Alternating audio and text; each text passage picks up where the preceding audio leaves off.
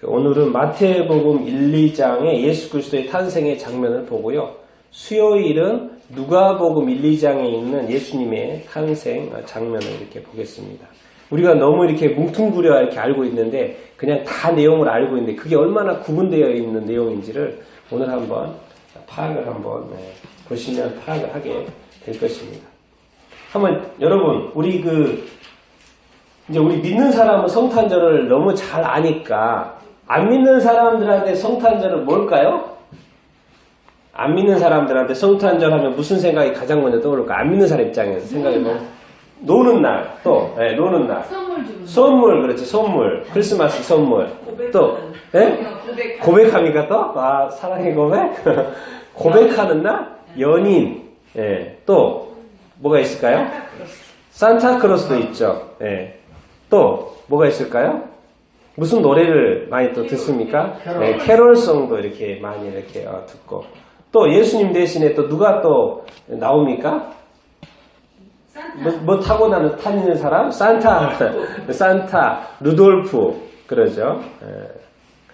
그래서 이렇게 선물 나왔죠? 또 누구 나왔어요? 산타, 트리도 성탄절하면 트리도 나오고 휴일 그렇죠? 쉬는 날 그리고 캐롤송. 그런데 이걸 것 같아요. 또 이제 성탄절이 누구 생일입니까? 예수님의 생일이니까 뭐예요? 케이크도 있고 케이크도 있는데 이제 예수인데 아기 예수님인데 누구예요? 인간 예수. 그러니까 하나님 아들로서의 예수를 이제 안 믿는 사람들에게는 믿지 못하는 거죠. 왜? 아기 예수가 태어난 것은 믿는데 뭐죠? 하나님의 아들이신 예수 그리스도라는 것을 이제 믿지를 이렇게 못하는 것이죠. 그래서 아마 안 믿는 사람은 뭐죠? 아기가 예수님 태어난 걸 안 믿는 사람은 없으니까요. 자기도 축하하고 있으니까. 이 세상에 안 축하하는 사람은 없으니까. 근데 그걸 누구로 본다? 인간 예수로서 이렇게 본다라는 것이죠. 우리는 누구로 봅니까? 예수님을 하나님의 아들, 인간의 아들이기도 하지만은 하나님의 아들. 이 마태복음, 누가복음에 이렇게 보면 명확히 이렇게 나옵니다. 그런데 우리가 지금 한 전체 스토리를 들어서 그렇지 마태복음하고요, 이 누가복음의 이 관점은 완전히 틀립니다. 그렇기 때문에 단어는 구사하는 단어도 틀리고요, 나오는 인물들도 많이 틀려요. 인물들도 틀리고 그렇게 완전히 분리되어서 이렇게 있어요. 근데 우리는 이제 전체 스토리를 알고 있기 때문에 그렇긴 한데 우리 한번 볼까요? 마태복음은 누구한테 쓰인 거예요? 누가복음? 누가 읽도록 쓴 거예요? 주로 유대인들의 관점. 그래서 유대인들이기 때문에 또 뭐예요? 남편의 관점, 요셉의 관점에 쓰여 있어요. 근데 뭐예요? 누가복음 누구의 관점이에요? 인간 예수님이고 그리고 뭐예요? 마리아의 관점. 그래서 마리아가 많이 나옵니다. 자, 그 누가복음에 보면. 근데 요셉은 정확하게 마태복음은 정확하게 이 아버지 관점으로 되어 있어요. 그러니까 유대인들이고 요셉의 남자의 관점이기 때문에 뭐가 가장 먼저 나올까요? 족보가 나오는 거예요. 계보가. 그러니까 마태복음 1장 1절에 누가 나와요? 유대인들이 가장 중요하게 생각하는 누구요? 아브라함과 다윗의 예수가 연결되는 족보에 나온다. 그래서 예수님은 유대인들의 관점에서 족보 있는 사람입니다. 그거 되게 중요하죠. 갑자기 쭉 나타나고 나사렛에서 나타났다고 구세주다 그럼 누가 믿겠어요?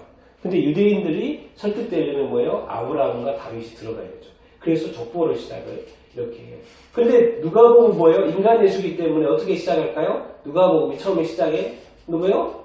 세례 요한 임신한 것부터 나옵니다. 세례 요한. 그 다음에 누가 나와요? 바로 마리아가 나와요. 자, 여기서 보면 또 마태복음 와봅시다. 그럼 뭐예요? 누구로 인해서 잉태됐다 그래요? 임신됐다 그래요? 성령으로 잉태됐다. 그러니까 성령으로 잉태된 걸 보고 뭐 하려고 그래 지금? 파혼을 하려고 그러죠. 요셉이 파혼을. 요셉의 관점에서는 이거 말이 안 되잖아요. 그러니까 파혼을 하려고 그래요. 그런데 그 다음에 봅시다. 근데 누가 꿈꿉니까? 자, 마태복음에 누가 꿈꿔요? 요셉의 꿈에 나타나요. 그리고 누가복음은 누가 나타나요? 누구에게 나타나요? 마리아에게 나타나요. 그러니까 구분되어 있어요. 그러니까 마태복음에는 요셉이 꿈꿔서 내용은 비슷해요. 내용은 뭐예요? 뭐라고 그랬습니까? 마리아에게는 어느 천사가 나타났다고 정확히 나옵니다. 가브리엘 천사가 이렇게 나타났어요. 그래서 마태복음은 요셉이 꿈꾸고 누가복음에는 마리아에게 나타나요. 근데 내용은 비슷해요. 아들을 낳을 것이다. 요셉에게 말하는 거예요. 이름을 뭐라 하라?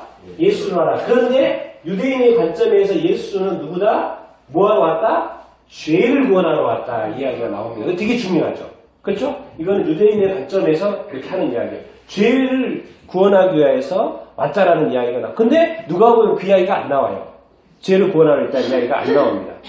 그리고 요셉에게, 유대인에게 중요한 건 뭐예요? 구약이죠, 구약. 구약의 예언이 중요해요. 구약에 이사야의 처녀가 잉태하여 아들을 낳는다는 말이 나와 있지 않느냐. 그거 임마누엘. 그래서 구약의 예언을 인용을 해요. 유대인들에게 되게 이렇게 하죠. 근데 마리아 누가복음에 그런 거 없어요. 그런 거 없어요. 그냥 성경만 나와요. 뭐라? 아들 예수. 근데 뭐다? 왕이다. 그런데 거기 뭐가 추가돼요? 하나님의 아들이다. 왕이고 하나님의 아들이다. 그리고 성령으로 잉태된 거라고 누구한테 지금 말해줍니까? 누가복음은 마리아한테 말해주는 거고, 지금 마태복음 누구한테 말해줘요? 요셉에게 지금 말해주는 거예요. 내용은 비슷한데 마태복음은 요셉의 꿈을 받고 누가복음은 마리아에게 직접 나타났고, 그래서 또 마태복음은 누가 나타납니까? 동방박사가 나타나죠. 그렇죠? 마태복음엔 동방박사가 이렇게 나타나요. 그런데 누가복음에는 박사가 나타나지 않고 누가 나타나요? 마리아의 친척인 엘리사벳, 세례 요한의 어머니 엘리사벳을 방문하는 일이 나타나요. 방문하는 일이 이렇게 나타나요. 그런데 이제 마태복음에는 중요한 게 뭐예요? 동방박사가 나타나서 무슨 말을 천만을 하냐면 누구라고 그래요? 유대인. 유대인의 관점에서 유대인의 왕을 딱 찝어줘요. 유대인의 왕. 근데 누가복음에 그런 것이 왕이라는 한 단어만 나오지 유대인의 왕이라는 표현이 안 나오거든요. 근데 여기서는 동방박사가 제3자가 나타나가지고 유대인의 왕이요 찾고 나중에 애물을 드리고 경배를 이렇게 합니다. 그리고 마태복음에는 어느 왕이 나와요? 헤롯 왕이 나와요. 그래서 헤롯 왕이 나중에 베들레헴 아기들을 죽이잖아요. 그런데 누가복음에 누가 나와요? 가이사니까 어느 나라 황제예요? 로마 황제가 나와요. 근데 여기서는 헤롯 왕이 나오고, 누가복음에 누가 나와요? 로마 황제가 가이사 아구스토가 호적하라. 그래가지고 베들레헴을 방문하게 되는 이야기가 이제 애기나로 방문하게 내려가는 이야기가 이렇게 나옵니다. 그리고 마태복음에 천사의 지시로 요셉이 애굽으로 피난하고 귀환하고 또 어디로 갑니까? 나사렛으로 이렇게 가죠. 그런데 누가복음에는 또 누가 나타나요? 목동들이 나타나요. 목동들. 왜? 이 누가복음 마리아하고 인간적인 관점이기 때문에 이렇게 아주 거룩하지 않아요. 저쪽은 아주 그냥 되게 어떻게 보면 자연스러운 거. 목동들이 나타나고. 그런데 한 가지는 뭐예요? 예수가 마국간에서 태어나죠. 근데 여기서는 그런 느낌이 없고, 저기는 마국간. 인간 예수 마국간. 그리고 누가 나타나요? 천군 천사가 나타나가지고 찬양하는 모습이 이렇게 나타나고, 목동들한테 천사가 나타나서 말하고, 목동들이 또 거기에 가서 찬양하죠. 그러니까 지금 여기서 이 관점만 봐도 이 마태복음하고 누가복음의 어떤 관점들이 많이 틀리다는 걸 알 수 있죠. 그런데 우리는 이걸 전체를 섞어서 아니까는 그렇게 하는데, 근데 오늘은 이 유대인의 관점, 어떤 아버지의 관점, 요셉의 관점, 너무나도 잘 아는 이야기인데, 그 마태복음 오늘 이 부분을 이렇게 봐보도록 이렇게 하겠습니다. 그래서 이런 정리가 한 번은 필요할 것 같아서 이렇게 나눠서 설명을 이렇게 한번 해봤고요. 자, 그 다음에 오늘은 이제 아기 예수의 탄생, 마태복음, 요셉의 어떤 관점. 그러니까 제일 처음 마디가 중요합니다. 마태복음 1절. 같이 한번 읽어보겠습니다. 시작. 아브라함과 다윗의 자손 예수 그리스도의 계보라. 그렇죠? 우리가 조금 전에 그 마태복음하고 누가복음의 어떤 관점이 다르다는 관점을 한번, 그래서 마태복음 오늘 관점을 가지고. 그러니까 제일 먼저 뭐가 나와요? 구약이 나와야 돼요. 구약의 인물이 나와줘야 돼요. 유대인들에게. 그냥 툭 떨어지는 인물은 믿을 수가 없는 거죠. 연결된 예수님이라는 관점이 그들에게 있어야지만이 그들은 믿을 수 있게 있는 것이죠. 어떻게 나사렛에서 한 구세주가 나오는데 그걸 어떻게 믿겠습니까? 사실 그들 지금도 믿지 못하잖아요. 그렇기 때문에 연결을 시켜주는 거예요. 그래서 아브라함과 다윗의 자손 예수 그리스도 계보라는 게 족보로 생각을 이렇게 하면 되고요. 그래서 한번 오늘 마태복음 2장 18절 19절 읽어보겠습니다. 시작. 예수 그리스도의 나심은 이러하니라. 그의 어머니 마리아가 요셉과 약혼하고 동거하기 전에 성령으로 잉태된 것이 나타났더니 그의 남편 요셉은 의로운 사람이라 그를 드러내지 아니하고 가만히 끊고자 하여. 그렇죠? 이제 요셉이 마리아가 뭐 한 걸 한 거예요? 임신을 한 것을 이렇게 임신된 것을 알게 된 거죠. 그럼 어떻게 되겠습니까? 파혼을 해야 됩니까? 안 해야 됩니까? 네, 당연히 파혼을 이렇게 해야 되죠. 그 이스라엘 유대인들의 결혼 관습 중에요. 이제 약혼을 하잖아요. 약혼을 하고 이제 남편이 집을 마련하는데 보통 어느 정도 걸리냐면 한 10개월, 한 1년 정도 보통 돼요. 그래서 1년 후에 보통 결혼을 이렇게 한대요. 그런데 약혼을 하고 1년 정도 후에 남편이 집을 마련하고 이제 신부를 맞이하는데 그 1년이라는 시간이 또 한 가지 이유가 있다고 그러더라고요. 뭘까요? 1년 동안의 시간이 남편이 집을 준비하고 뭘 준비하는 시간이기도 하지만 1년 정도 기다려 보면 여자가 임신했냐 안 했냐가 드러나니까 안 된다니까? 드러난다는 그런 것도 있대요. 그러면은 만약 그 중간에 그런 일이 있으면 파혼이 되는 것이고 그것이 없으면은 결혼도 하는 그런 어떤 의미도 이렇게 있다고 누가 설명을 이렇게 하더라고요. 그 뭡니까? 그랬는데 이 요셉의 입장에서 마리아가 지금 어떻게 된 거예요? 임신이 된 거니까 놀라운 일이잖아요. 그러니까 당연히 파혼을 이렇게 하게 되는 것이죠. 그런데 이제 요셉이 아주 좋은 사람이었다는 것을 말하고 있고, 그러니까 누가 나타납니까? 천사가 나타납니다. 무섭게 나타납니다. 자, 20절, 21절 한번 읽어보겠습니다. 시작. 이 일을 생각할 때 주의 사자가 현명하여 이르되 다윗의 자손 요셉아 내 아내 마리아 데려오기를 무서워하지 말라. 그에게 잉태된 자는 성령으로 된 것이라. 아들을 낳으리니 이름을 예수라 하라. 이는 그가 자기 백성을 그들의 죄에서 구원할 자이심이라 하시니라. 여기서는 이제 주의 사자가 나타났다고 그랬고 누가복음에 보면 누구라고 돼 있어요? 정확하게 가브리엘 천사라고 이렇게 되어 있고, 그러니까 이제 이 여기 천사도 가브리엘 천사일 수도 있고 아닐 수도 있고 그건 모르는 거예요. 표현이 안 되어 있으니까. 근데 이제 요셉 마리아가 나타나는 걸 보니까 또 가브리엘 천사라고 또 추측을 이렇게 할 수 있고, 왜 말한 내용이 이렇게 비슷하지 않습니까? 그 성령으로 된 거라는 걸 말을 해주고요. 그리고 아들을 낳을 거고 이제 요셉한테 말해주는 거예요. 아들을 낳을 거고 예수라고 하고 이제 중요한 말을 하죠. 뭐예요? 그가 자기 백성을 뭐에서 구원한다고요?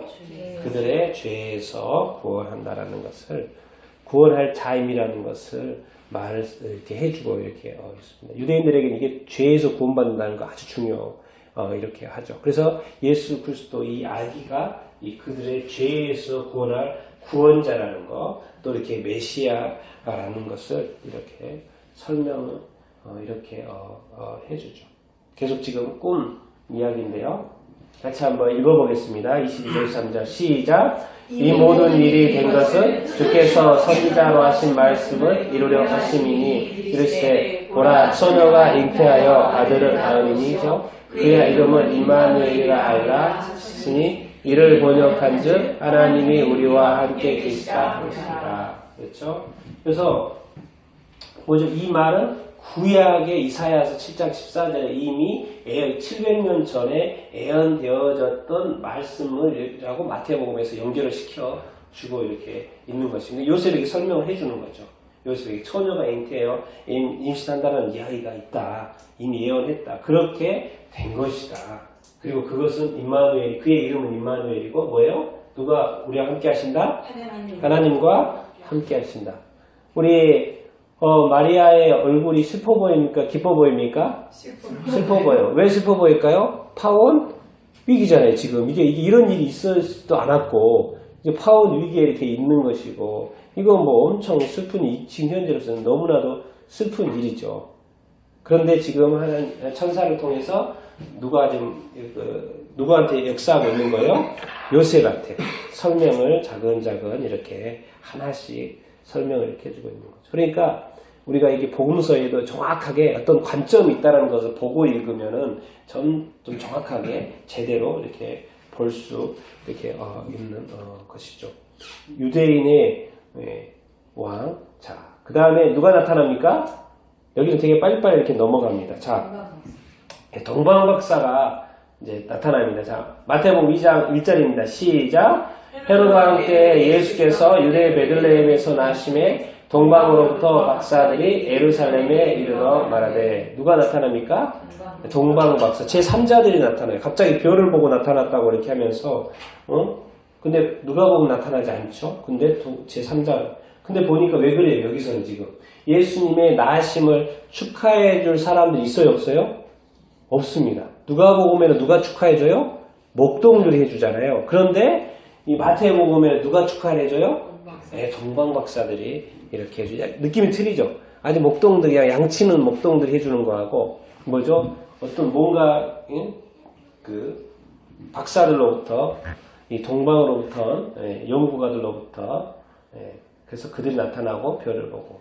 근데 그 헤로드 왕 때다. 자, 2절, 3절 읽겠습니다. 시작. 유대인으로 왕을 낳으신 이가 어디 계시냐? 우리가 동방에서 그 애를 보고 너에게 우려하러 왔노라 하니 헤로드 왕과 온 예루살렘이 듣고 소동할지라. 그렇죠. 이것이 아주 센세이션을 일으키는 거죠. 뭐예요? 유대인의 왕. 유대인의 왕이라는 말이, 유대인의 왕은 뭐겠어요? 유대인의 입장에서는 메시아죠, 메시아. 메시아 그리스도. 근데 거기가 태어났다라는 거예요. 근데 그러니까 뭐 난리 난 거죠.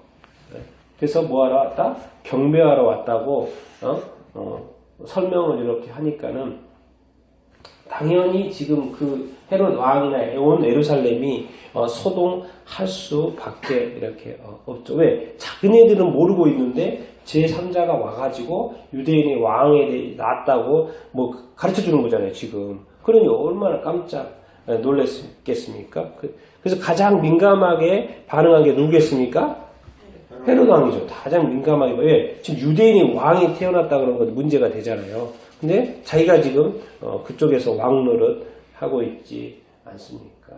그래서 이 마태복음의 유대인의 관점에서 유대인의 왕이라고 쓴 게 이유가 있다는 거죠. 유대인의 왕이라고 표현을 이렇게 한 게. 그래서 이제 가장 민감하게 반응하는 사람이 헤롯 왕이죠. 그래서 한번 4절, 5절, 6절 읽겠습니다. 시작. 왕이 모든 대제사장들과 백성의 서기관들을 모아 그리스도가 어디서 나겠느냐 물으니 이르되 유대 베들레헴이니 이는 선지자로 이렇게 기록된 바 또 유대 땅 베들레헴아 너는 유대 고을 중에서 가장 작지 아니하도다. 내게서 다스린 자가 나와서 내 백성 이스라엘의 목자가 되리라 하였음이니라. 그렇죠?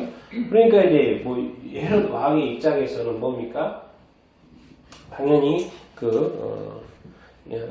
유대 지도자들을 불러가지고 물어본 거죠. 그런데 참 이런 단어들이 정확하게 표현이 되고 있어요. 뭐라 그래요? 왕이 누가 어디서 나겠느냐 그래요? 그리스도. 뭐라고 표현하고 있습니까? 그리스도라고 지금 말을 하고 있어요. 그리스도는 뭐예요? 메시아잖아요. 메시아. 이게 히브리어에서는 메시아고 지금 헬라어로는 그리스도잖아요. 그러니까 뭐예요? 그리스도. 메시아를 말하는 거예요. 메시아를. 왕이 그러는 거예요. 앞에서는 유대인의 왕. 그럼 유대인의 왕은 뭐라는 거예요, 지금? 그리스도고 메시아라는 거예요. 그럼 왕은 물어봐요. 메시아라고. 표현을 이렇게 정확하게 해서 성경이 정확하게 지금 예수님이 누구이신가를 설명을 지금 하나씩 해주고 이렇게 있는 거죠. 그러면서 유대인들의 관점에서 항상 뭐가 중요해요? 구약 성경이 중요하죠. 그러니까 구약 설명으로 설명을 하는 거예요. 구약 성경으로 설명을 이렇게 하는 거예요.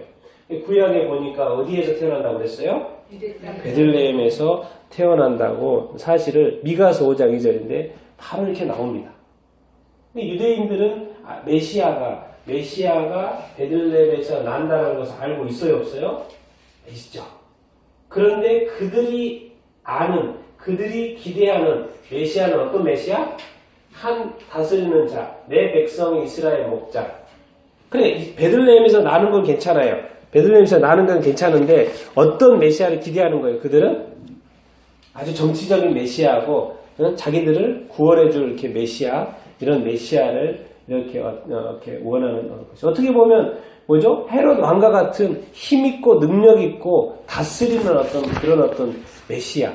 더 나아가서 사실 이제 헤롯 왕을 뭐죠? 무찌르고 뭐요? 그쪽 전체 이스라엘을 뭐죠?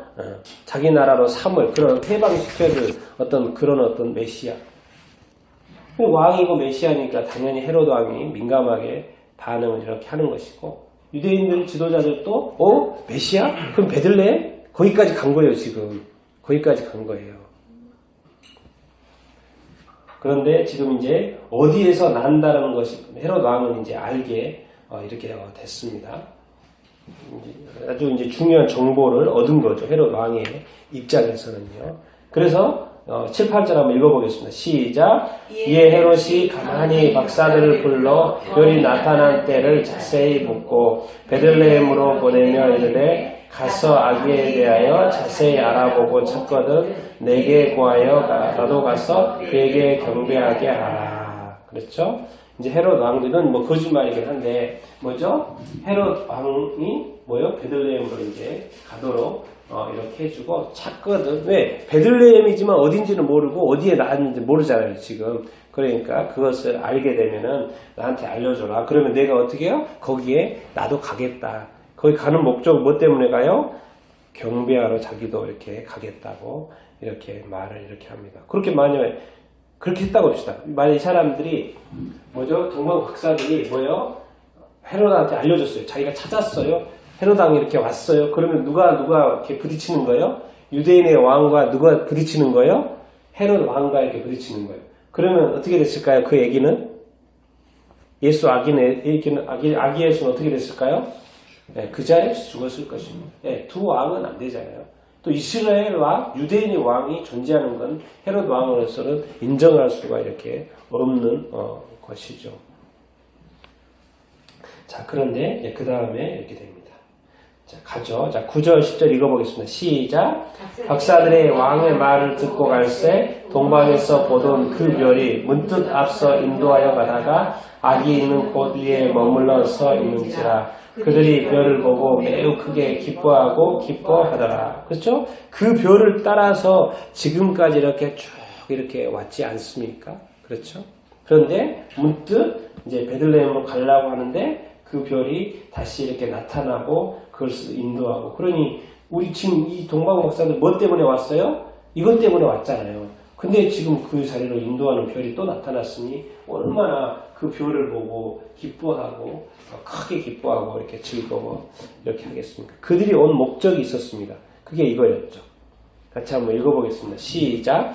집에 들어가 아기와 그의 어머니 마리아가 함께 있는 것을 보고 엎드려 아기께 경배하고 보배함을 열어 황금과 유황과 모략을 예물로 드리니라. 그들은 꿈에 헤롯에게로 돌아가지 말라 지시하심을 받아 다른 길로 고국에 돌아간다. 그렇죠? 그들의 동방 박사들이 유대인의 왕이 어디에서 났느냐 말했고, 앞에서 헤롯 왕한테 그 유대인들한테 뭐라고 그랬습니까? 뭐하러 왔다 그랬어요? 아기한테 뭐하러? 경배하러 왔다 그랬죠.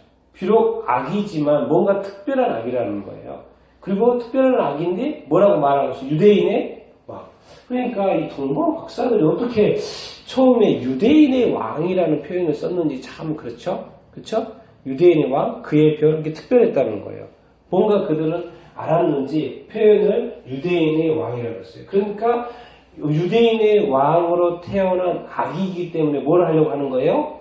경배를 이렇게 하려고 하는 거예요. 그래서 경배하기 위해서 아기를 찾았던 것이고, 그리고 찾아서 뭘 바치니까 예물로 황금과 유황과 모략, 또 보배합을 가져왔다 그랬죠. 거기에서 담아 가져왔다는 걸 알 수 있고, 그래서 황금과 유황과 모략이라는 예물로 뭐죠? 아기 예수께 경배 이렇게 하게 됩니다. 왜 이 당시에는 누구요? 아무도 아기 예수를 기억할 사람이 있어요, 없어요? 없어요. 그러니까 하나님께서 이렇게 동방 박사들을 통해서 이렇게 아기 예수를 나타내 주시는 거죠. 그런데 뭡니까? 우리가 알다시피 뭐예요? 헤롯한테 이 사실이 지금 아기 예수가 여기에 있다는 것을 알면 돼요, 안 돼요? 안 되죠. 그렇기 때문에 또 헤롯한테 천사들이 나타나가지고 뭐예요? 지시를 하는 거죠. 뭐예요? 알리지 말라. 그렇죠? 알리면 돼요, 안 돼요? 안 되죠. 알리지 말라. 그리고 어디 길로 다시 돌아가라? 그 왔던 길로 돌아가면 거기를 지나가면 다 알 거 아니에요. 그러니까 어디 길로? 네, 다른 길로. 왜? 그들이 모르게 조용히 빠져나가라고 지금 지시를 이렇게 하고 이렇게 있는 거죠. 왜? 아기가 있는 곳이 발각되면 이렇게 안 되기 때문에 그렇습니다. 그래서 이제 아기가 태어난 것이 확인됐고 아기가 뭐요? 이제 경배 받았다는 것은 뭐요? 지금 뭐 하고 있다는 거예요? 지금 인정이 되고 있다는 거 아니고 있다는 거예요? 인정이 되고 있다는 거죠. 지금 하나님의 유대인의 왕으로 아기가 태어났고 동방박사를 통해서 인정이 지금 됐어요. 그 다음부터 다음 절차로 가는 거죠. 왜? 이것까지 마무리가 됐으니까 왕으로서 이제 어떻게 보면 인정함을 받았다는 표현이 여기까지 표시가 행위가 딱 이제 이루어졌어요. 그러니까 다음 스텝으로 지금 가는 말씀이 바로 이렇게 나옵니다. 그게 바로 13절, 14절, 15절입니다. 같이 읽겠습니다. 시작. 그들이 떠난 후에 주의 사자가 요셉에게 현몽하여 이르되 헤롯이 아기를 찾아 죽이려 하니 일어나 아기와 그의 어머니를 데리고 애굽으로 피하여 내가 내게 이르기까지 거기 있으라 하시니 요셉이 일어나서 밤에 아기와 그의 어머니를 데리고 애굽으로 떠나가 헤롯이 죽기까지 거기 있었으니 이는 주께서 선지자를 통하여 말씀하신 바 애굽으로 내 아들을 불렀다 하였습니다. 그렇죠? 지금 이 마태복음에 보니까 계속 누가 나타나요? 누가 나타나요? 네, 천사들이 나타나요. 그리고 천사들이 항상 누구한테 나타나요? 네, 요셉한테 나타나고 있어요. 요셉의 꿈에 나타났어요. 그러니까 뭐요? 헤롯이 뭐요? 아기를 죽이려고 하니까는 뭐예요? 빨리 어디로 피해라? 어디로 피해라? 애굽으로 피해라. 이렇게 말을 하고 있죠. 참 이 애굽이 아브라함도 뭐죠? 애굽으로 피한 거 기억나시죠?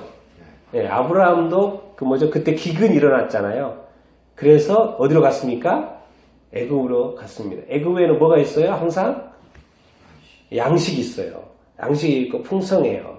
그래서 아브라함도 애굽으로 이렇게 갔잖아요. 근데 요셉이 어디 나라의 총리가 됐습니까? 애굽의 총리가 됐어요. 요셉이 애굽의 총리가 됐고 애굽에서 그 이스라엘이라는 큰 민족을 이뤘습니까? 안 이뤘습니까? 이뤘어요. 이상하게 또 왜냐하면 유대 땅에서 가나안 땅에서 유대 민족을 이루는 게 아니고 뭐예요? 어디서 이뤘어요? 네, 애굽에서 이뤘어요. 애굽에는 뭔가 이렇게 풍성한 것이 있는지 그리고 또 예수님조차도 어디로 가라고 그래요 지금? 애굽으로 가라고 그래요. 그래서 애굽에서 조금 있다 오는 거예요.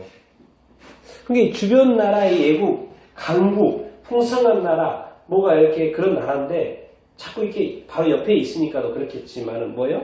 그 나라로 예수님도 가라고 이렇게 하죠. 근데 이제 애굽에서는 유대인의 왕 예수, 아기 예수를 뭐 안 할까요? 모를까요? 모르죠. 그들이 뭐 가는 거에 대해서는 요셉이 아기 데리고 가는 거에 대해서는 잘 이렇게 모르죠. 근데 중요한 것은 뭡니까? 지금 누구의 지금 지시를 계속 따르고 있다는 거예요? 천사의 지시를 지금 계속 따르고 있다. 정말 이거 너무 확실하지 않습니까? 네? 천사가 이렇게 나타나가지고 다 지시해주고 알려주고 누구니까 그러는 거예요? 예수님이니까 그러는 거죠. 누구를 살려야 돼요 지금? 예수님을 살려야 돼요. 예수님을 누가 보냈어요? 하나님이 보냈어요. 근데 예수님이 지금 죽을 위기에 놓여 있어요. 그런데 지금 요셉은 아무것도 몰라요 지금. 얘기를 났을 뿐이지 뭐 어떻게 돌아가는지를 몰라요. 그러니까 뭐예요? 누가 나타나요? 네, 하나님의 천사. 하나님이 천사를 보내줘가지고 빨리 요셉을 빨리 조치를 취하는 거예요. 요셉은 아무것도 모르고 있으니까 지금. 이러다가 다 죽게 생겼으니까요.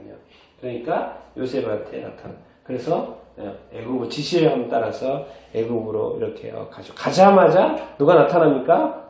이제 아기 주기로 나타났죠. 16절 한번 읽어보겠습니다. 시작. 이에 헤롯이 박사들에게 속은 줄 알고 심히 노하여 사람을 보내어 베들레헴과 그 모든 지경 안에 있는 산의 아이를 박사들에게 자세히 알아본 그때를 기준으로 하여 2살 아래로 다 죽이니. 뭡니까? 몇 살 이하로 다 죽여요?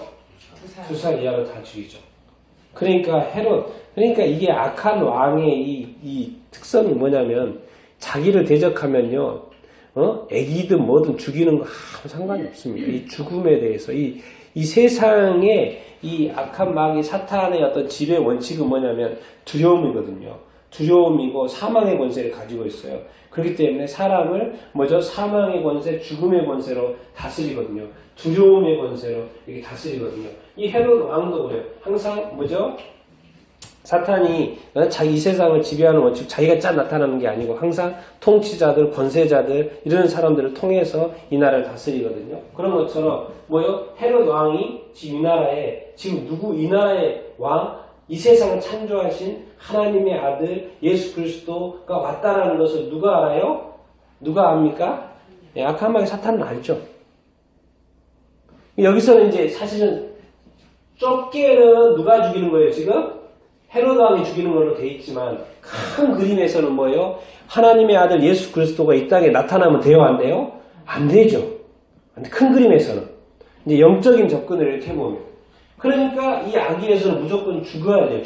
살아있으면 안 돼요. 이거는 헤롯 왕에게도 문제가 되지만 누구한테도 문제가 되는 거예요. 영적 관점에서는 사탄에게도 문제가 이렇게 되는 거예요. 그러니까 이 악인은 죽어야 되기 때문에 또 헤롯 왕은 당시 현재 그 입장에서는 무조건 죽어야 되기 때문에 이게 또 어떤 애가 또 그인지도 지금 알지는 못한 상황이잖아요. 그러니까는 다 죽이라고 이렇게 하죠. 근데 하나님께서 따져봅시다. 갑자기 자기들 애기 나가지고 너무 즐거워하고 있어요. 베들레헴 이쪽 지역에 애기들 나가지고 지금 다 저 잔치예요. 그런데 갑자기 헤롯 왕이 보냈다고 하면서 군대가 와가지고 그 일대에 모두 2살 이하의 어린애들을 다 죽인다고 생각을 해봐요. 이게 세상입니까? 아니죠.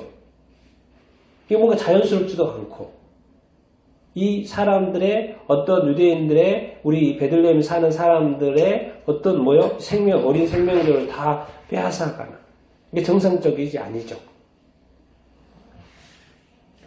그 말은 뭔 말입니까? 그만큼 예수 그리스도의 이 아기의 탄생은 중요하고 그 아기는 있어서는 안 되는 거예요. 반드시 죽여야 된다는 거예요. 근데 죽입니까? 안 죽입니까? 죽일 수 있습니까? 없습니까? 없어요. 누가 움직이고 있어요, 지금?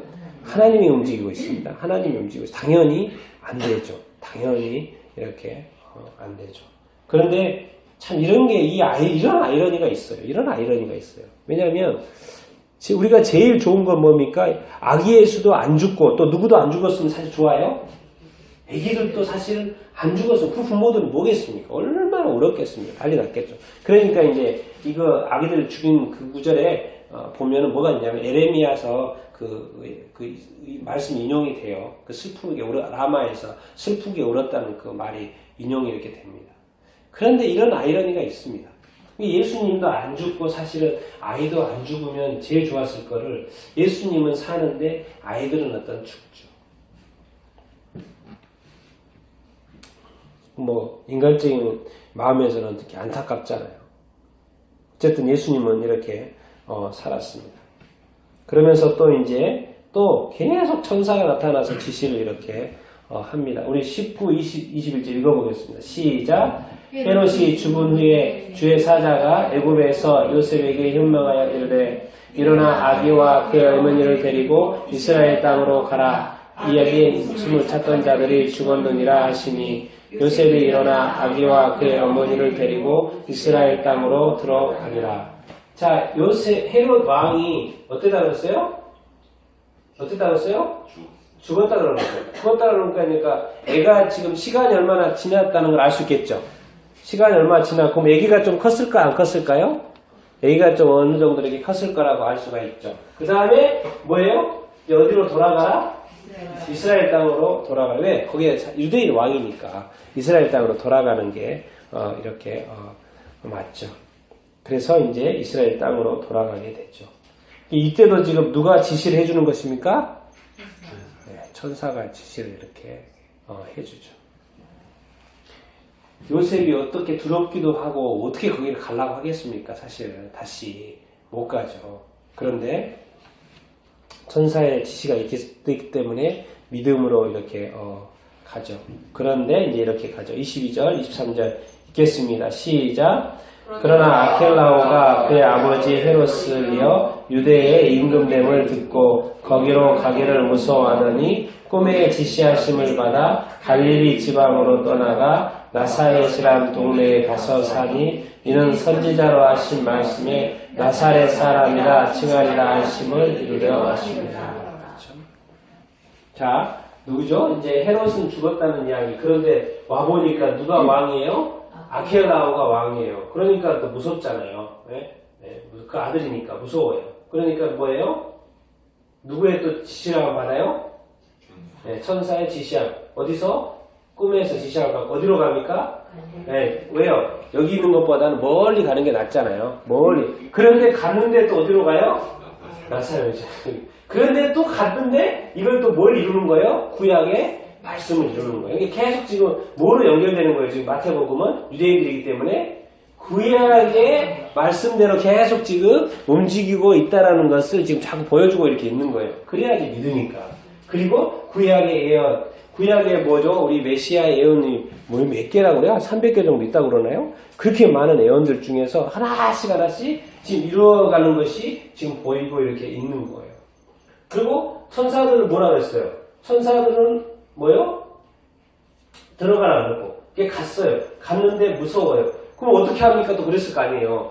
왜냐면 가도 어딘가 있어야 될 거 아니에요. 그럼 가라. 그럼 어디로 가라? 크게 말해. 어디라고 그랬어요?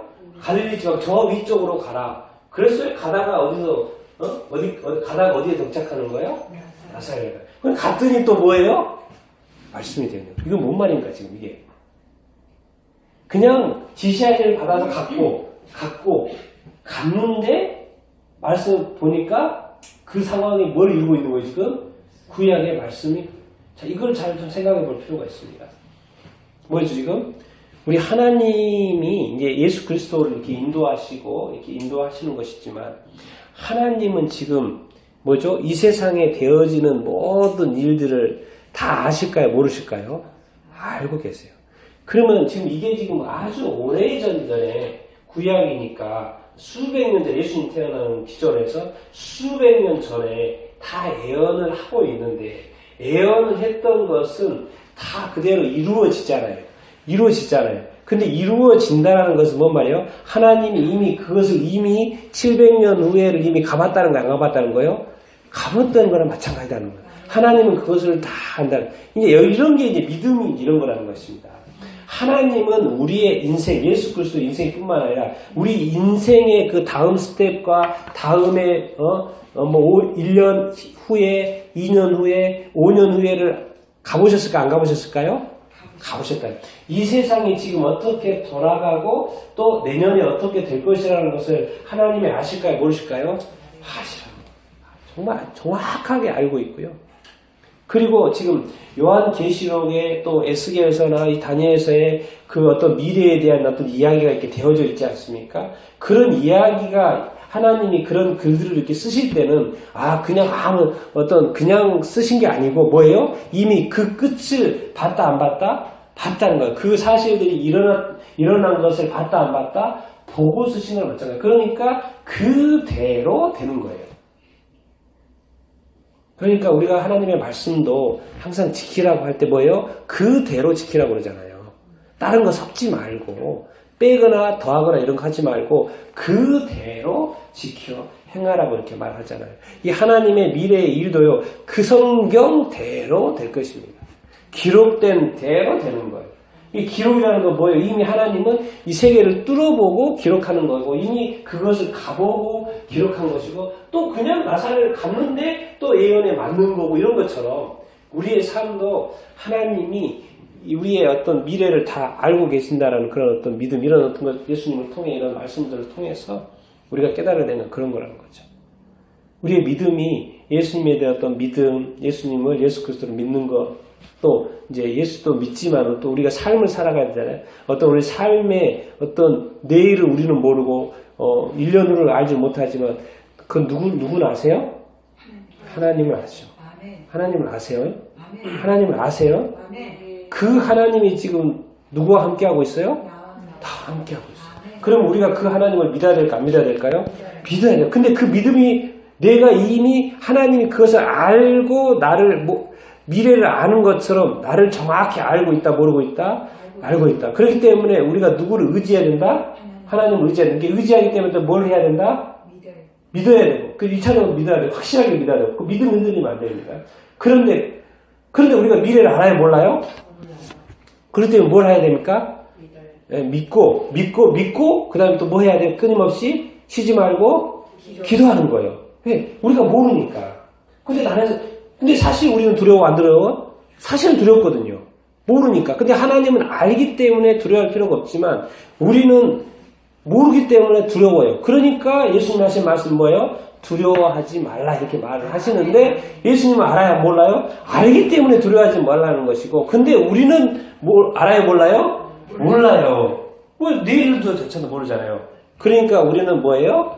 그런 어떤 삶에 내 믿음이 흔들리지 않고 또 잘 가기 위하여서 또 모르니까 또 잘 되기 위하여서 또 뭐예요? 그래서 성경은 끊임없이 뭐 하라고? 쉬지 말고 기도하라고. 괜히 그런 게 아니죠. 쉬지 말고 기도하라. 왜? 기도 안 하면요. 우리 두려운 마음이 생길까요? 안 생길까요? 생겨요. 모르니까. 어떻게 될지 모르니까 자꾸 이렇게 두려워요. 걱정이 되고 염려가 돼요.